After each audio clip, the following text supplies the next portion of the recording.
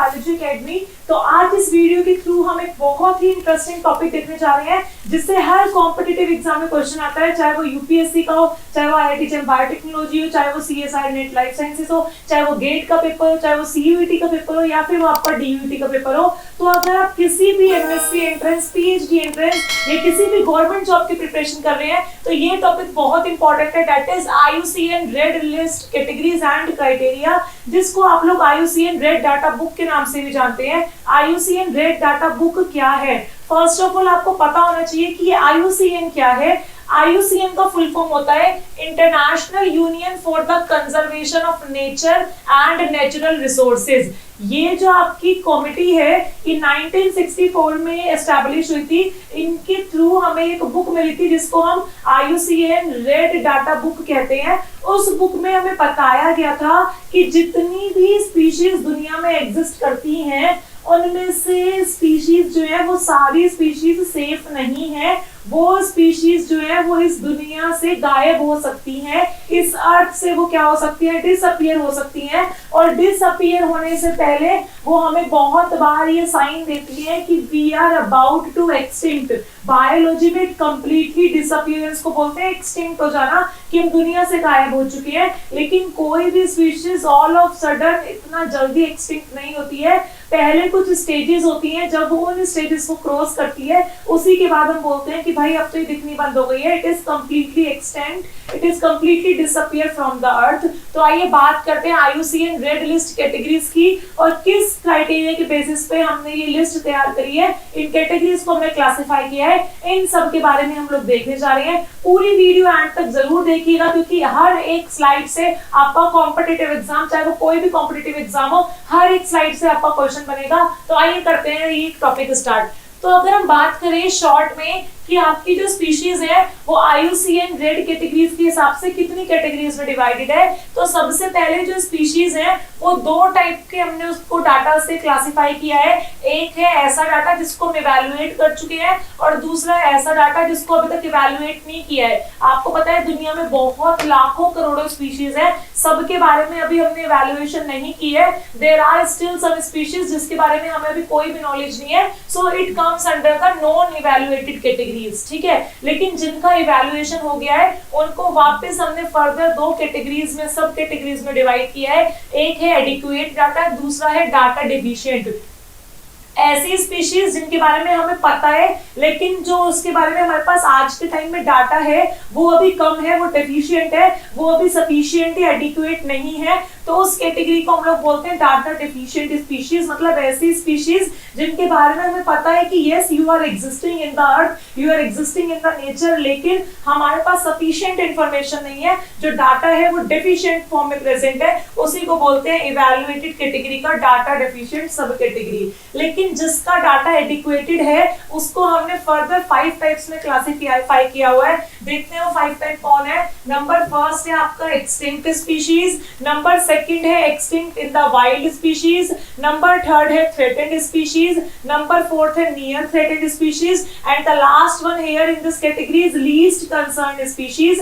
इन सभी 5 सब कैटेगरीज को हमने क्या किया है, इन्हीं सब कैटेगरीज को हमने दो अल्फाबेट से यूज करके एक स्टैंडर्ड सिंबलाइज किया गया है। जैसे कि कभी भी क्वेश्चन में अगर EX लिखा है तो EX हमेशा आपको एक्सटिंक्ट स्पीशीज के रिस्पेक्ट में लिखा आता है। अगर EW लिखा है इसका मतलब you are extinct in the wild species. अगर यहाँ पे नियर थ्रेटेंड लिखा है तो मतलब एंटी सिंबल आएगा और LC लिखा है मतलब लीस्ट कंसर्न आएगा। थ्रेटेंड के लिए कोई भी सिंबल नहीं है क्योंकि थ्रेटेंड अपने आप में वापस 3 कैटेगरीज में डिवाइडेड है। उन 3 कैटेगरीज के हमें सिंबल याद रखने हैं। नंबर फर्स्ट कैटेगरी आती है थ्रेटेंड में क्रिटिकली एंडेंजर्ड स्पीशीज की, जिसको हम CR सिंबल से यूज करते हैं। नंबर सेकंड कैटेगरी आती है आपकी एंडेंजर्ड स्पीशीज की, जिसके लिए हम EN सिंबल यूज करते हैं। और नंबर थर्ड कैटेगरी आती है आपकी वल्नरेबल स्पीशीज की, जिसके लिए हम VU सिंबल यूज करते हैं। इन एक एक कैटेगरीज के बारे में, ये जो 9 कैटेगरीज हमने यहाँ पे देखी हैं, इन 9 कैटेगरीज के बारे में हमें डिटेल में एक एक करके कुछ बातें पता होनी चाहिए, जिनसे आपका कोई भी कॉम्पिटिटिव एग्जाम, चाहे वो CSIR नेट लाइफ साइंसेज हो,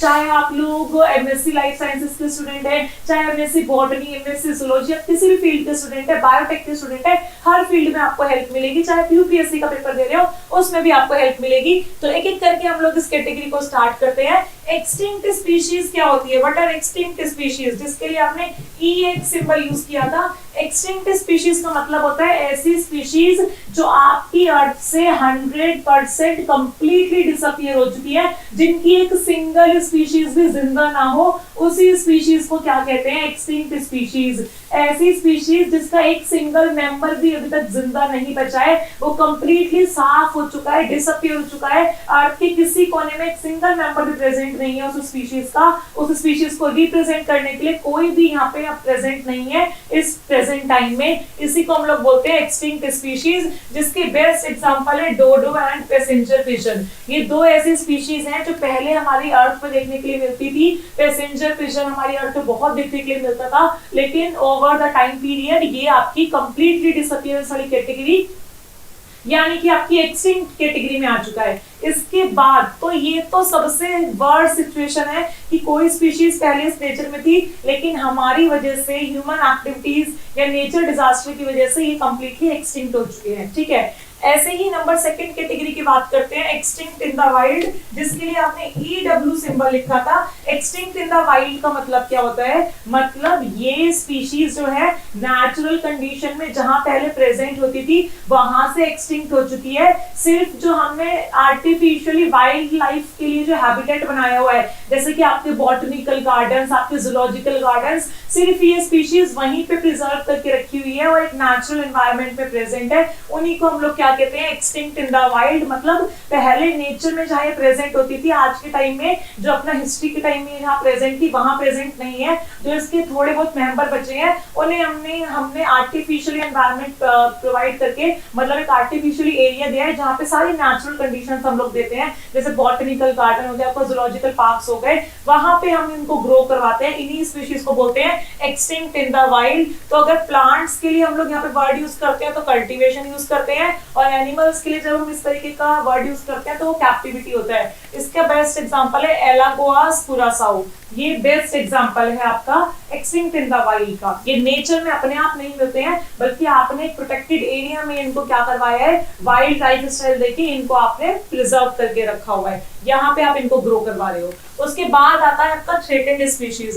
थ्रेटेंड का मतलब होता है डर। ऐसी स्पीशीज जिनको फ्यूचर में ये डर है कि वो एक्सटिंक्ट इन द वाइल्ड ना बन जाए या वो एक्सटिंक्ट ना हो जाए, वही होती है थ्रेटेंड स्पीशीज। इनको फर्दर हम 3 टाइप्स में डिवाइड करते हैं। नंबर फर्स्ट है स्टूडेंट्स यहाँ पे आपका critical endangered species. Critical endangered species वो स्पीशीज होती हैं जो नियर फ्यूचर में, मतलब बिल्कुल आने वाले फ्यूचर में extinction in the wild, extinct in the wild वाली कैटेगरी में जाने वाली होती हैं। मतलब इन्हें फ्यूचर में हमें जूलॉजिकल पार्क या बॉटनिकल गार्डन में बस ग्रो करवाना पड़ेगा, नेचर में ही जो अपने आप मिल रही है वो कंडीशन खत्म हो जाएगी। इसी को बोलते हैं क्रिटिकली एंडेंजर्ड स्पीशीज, जिसके बेस्ट एग्जांपल है आपका घड़ियाल, पिग्मी होग, गैंग्स शार्क। ये इसके बेस्ट एग्जांपल है। एग्जांपल से याद करना बहुत इंपॉर्टेंट है। एग्जांपल से आपसे दरअसल जो क्वेश्चन है वो एग्जांपल से थोड़ी पूछा जाता है। इसके जो फीचर्स हैं, जो क्राइटेरिया है किन स्पीशीज को हम थ्रेटेड स्पीशीज में डालते हैं, वो मैं आपको बताती हूँ। अगर हाल ही में इनका जो पॉपुलेशन जो साइज है वो मोर देन 80 या 90% रिड्यूस हो गया है, मतलब एक पॉपुलेशन में अगर 100 मेंबर प्रेजेंट है तो अब कुछ 10 या 20 मेंबर बचे हैं, मतलब 80 से 90% जो इनका पॉपुलेशन का साइज है वो रिड्यूस हो चुका है। तब जाके हम इसको क्रिटिकली एंडेंजर्ड के लिए यूज करते हैं कि आप क्रिटिकली एंडेंजर्ड स्पीशीज हो। अगर इनका एरिया ऑफ ऑक्यूपेंसी, मतलब जहां पे रह रहे होते हैं वो area less than 10 kilometre square है, उससे आगे वाले एरिया में मिलने बंद हो गए हैं, तब हम इनको क्रिटिकली एंडेंजर्ड स्पीशीज मानते हैं। मतलब इनका जो हैबिटेट है वो बहुत लिमिटेड हो चुका है, तब हम इनको क्या मानते हैं? क्रिटिकली एंडेंजर्ड स्पीशीज मानते हैं। और एक्सटिंक्शन प्रोबेबिलिटी, मतलब इन द वाइल्ड का मतलब क्या है, एक्सटिंक्ट इन द वाइल्ड होने की जो प्रोबेबिलिटी है वो कितनी है, आने वाले 10 साल में लगभग 50% जो इनकी पॉपुलेशन है वो एक्सटिंक्शन इन द वाइल्ड हो जाएगी, मतलब वो गायब हो जाएगी। उसको हम सिर्फ कैप्टिविटी या कल्टीवेशन में यूज करवा सकते हैं, तब हम जाके इसको क्या बोलते हैं, क्रिटिकल एंडेंजर्ड स्पीशीज। सिमिलरली हम सेकंड कैटेगरी की बात करें थ्रेटन की, तो वो है आपका एंडेंजर्ड स्पीशीज। एंडेंजर्ड स्पीशीज जो होती है ये बहुत छोटा इनका नंबर होता है कि नियर फ्यूचर में ये एक्सटिंक्शन होने के रिस्क पे रहती है, गायब होने के रिस्क पे रहती है। इनकी अगर क्राइटेरिया की बात करें तो इनका जो पॉपुलेशन साइज है वो हाल ही में 50 से 70% तक कम हो चुका है। ये एरिया ऑफ ऑक्यूपेंसी जो है वो क्या है इनका 500 किलोमीटर स्क्वायर तक, उससे आगे की रेंज पे ये नहीं मिलते हैं। और आने वाले फ्यूचर में इनका wild extinct in the wild होने की प्रोबेबिलिटी क्या है कि 20% जो पॉपुलेशन साइज है वो आने वाले 20 सालों में क्या हो जाएगा, एक्सटिंक्शन की प्रोबेबिलिटी रखता है। ठीक है, तो यहाँ पे जो एग्जांपल है वो क्या है, red panda, snow leopard, Bengal tiger and black buck. अब अगर हम लोग बात करें नंबर थर्ड कैटेगरी की, डेट इज वल्नरेबल, तो वल्नरेबल वो स्पीशीज होती है जो नियर फ्यूचर में एंडेंजर्ड वाली कैटेगरी के रिस्क में होती हैं। तो इनका जो क्राइटेरिया होता है वो क्या होता है, इनका जो पॉपुलेशन साइज है वो कितना रिड्यूस हो चुका है, वो 30 से 50% रिड्यूस हो चुका है। 2000 किलोमीटर स्क्वायर तक जो है, लेस देन 2000 किलोमीटर स्क्वायर तक इनका एरिया ऑफ ऑक्यूपेंसी है। और एक्सटिंक्शन प्रोबेबिलिटी क्या है इनका वाइल्ड सिचुएशन में, एटलीस्ट 10% विद इन 100 ईयर्स। ठीक है, तो यहाँ पे जो एग्जांपल्स हैं वो क्या है, जियांट पांडा, ब्लैक स्पाइडर मंकी। बात करें नेक्स्ट कैटेगरी की जो है near threatened and least concern. Near threatened नाम से समझ में आ रहा है, अभी हम थ्रेटेंड वाली कैटेगरी में नहीं है, ना तो हम क्रिटिकली एंडेंजर्ड है, ना एंडेंजर्ड है, ना वल्नरेबल है, लेकिन आने वाले फ्यूचर में हम नियर थ्रेटेंड में जा सकते हैं, उन्हीं को बोलते हैं नियर थ्रेटेंड स्पीशीज। ठीक है, जिसका एग्जांपल आपके पोलर बियर्स, जिराफ और आपके वाइल्ड राइनोस हैं। और लास्ट आपकी कैटेगरी है least concern. Least concern category का मतलब है ये जो है आराम से अभी नेचर में खूब अबंडेंटली और खूब वाइड स्प्रेड सिचुएशन में मिल रहे हैं, तो हमें इनके बारे में ज्यादा चिंता करने की जरूरत नहीं है। मतलब नियर फ्यूचर में इनको थ्रेटेंड में आने के लिए कोई रिस्क भी प्रेजेंट नहीं है। अब ये अच्छा खासा नेचर में अबंडेंटली और वाइड स्प्रेड प्रेजेंट है, इन्हीं को हम लोग कहते हैं least concern species. So this is all about the basic knowledge of IUCN। तो IUCN की जो रेड डाटा बुक है उसमें थ्रेटेंड स्पीशीज की पूरी डिटेल दी हुई है कि मैमल्स का कितना परसेंट है, एम्फीबियंस का कितना परसेंट है, वर्टिब्रेट्स का कितना है, बर्ड्स का कितना है, इनवर्टिब्रेट्स का कितना है, ये पूरी लिस्ट उसमें दी हुई है। तो I hope you like this video. और जो स्टूडेंट्स आज नए हैं हमारे चैनल पे वो सब्सक्राइब करना ना भूले बायोलॉजी एकेडमी को, और ऐसे ही लेटेस्ट अपडेट्स, ऐसे ही इंपॉर्टेंट वीडियोस के लिए जुड़े रहिए हमारे चैनल के साथ and share and like the video. Thank you guys and stay connected.